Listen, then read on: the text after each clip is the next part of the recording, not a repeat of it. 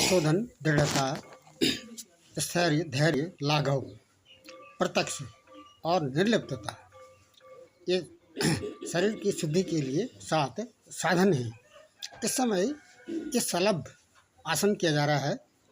अनुभव हमने ये करना है, इस सलभ आसन से कौन से शरीर के कौन से क्षेत्र विशेष में प्रभाव पड़ रहा है, कौन कौन से अंग या कौन कौन सी मांसपेशियां इसमें, कौन कौन सी मांसपेशियों में कॉन्ट्रैक्शन हो रहा है, ये इसमें ध्यान रखने योग्य बातें हैं।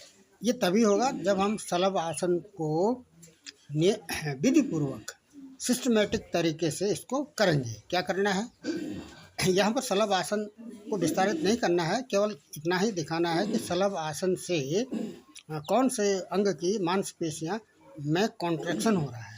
यहाँ पर हमने घुटने को बिना कारपेट में टिकाए हुए, बिना घुटना मोड़े हुए, घुटने मोड़ने नहीं हैं और इसको ऊपर उठाना है, और शरीर का जो टिकाव है वह नाभि में करना है, कमर में करना है।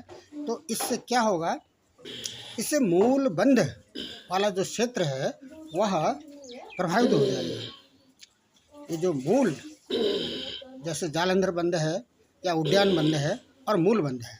दूसरा, ये गोरक्ष आसन की स्थिति है। अनुभव ये करना है कि गोरक्ष आसन में कौन सा क्षेत्र प्रभावित हो रहा है। जैसा कि गोरक्ष आसन में संपूर्ण शरीर का जो भार है, वजन है, वेट है, वह पाँव के अंगुलियों में उसको रोकना है। पाँव की अंगुलियों के सहारे हमने इसमें अंगूठे ये जो पाँव की एड़ी है उसको यूरिनरी सिस्टम के ऊपर लाने का इसमें अभ्यास किया जाना है। इससे कौन सा क्षेत्र प्रभावित हो रहा है, इससे मूलबंध क्षेत्र प्रभावित हो रहा है। अब ये इस समय ये जो क्रम है यह सिद्धासन का है। जैसा कि हम दोनों पाँव को पहले आगे करते हैं और दूसरे दाहिने पैर को जब हम पीछे करते हैं, इसको जंघा के एकदम जड़ में, थाई के एकदम जड़ में ले जाते हैं, तो वो जो क्षेत्र जहाँ पर एड़ी स्पर्श हो रही है उस क्षेत्र में यह स्थिति बनाने के लिए दोनों पाँव की एड़ियों में एक लॉक कर देते हैं। तो ऐसी स्थिति भी मूलबंध क्षेत्र को प्रभावित करती है। कहने का मतलब ये है कि ये जो स्थिति है यह मूलबंध स्थिति को प्रभावित करती है। यहाँ से मूलबंध स्वाभाविक रूप से प्रारंभ हो जाता है। केवल एनस का कॉन्ट्रैक्शन ही मूलबंध नहीं है, बल्कि मूल जो ये क्षेत्र है, मूलाधार जो चक्र है, वह एनस तथा जेनेटिक ऑर्गन्स के बीच वाला क्षेत्र है।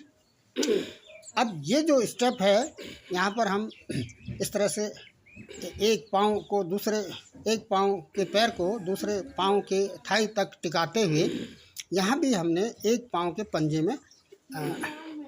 पंजे में शरीर का वेट या भार स्थिर करना है और यहाँ पर संतुलित अवस्था में खड़े रहना है।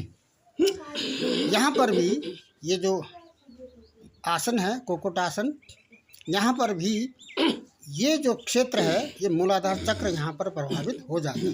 ये विभिन्न प्रकार के जो स्टेप्स हैं, योगासन हैं। कहने का मतलब ये है कि ये जो स्थिति है, एक कोहनी को हमने और पंजे को कारपेट में रोका है और दूसरा एक पाँव को दूसरे पाँव में स्पर्श कराते हुए पाँव के तलवों को हमने धनुष की आकृति बनानी है और कमर को धनुषाकार मोड़ना है। ये भी मूलबंध के अभ्यास हैं।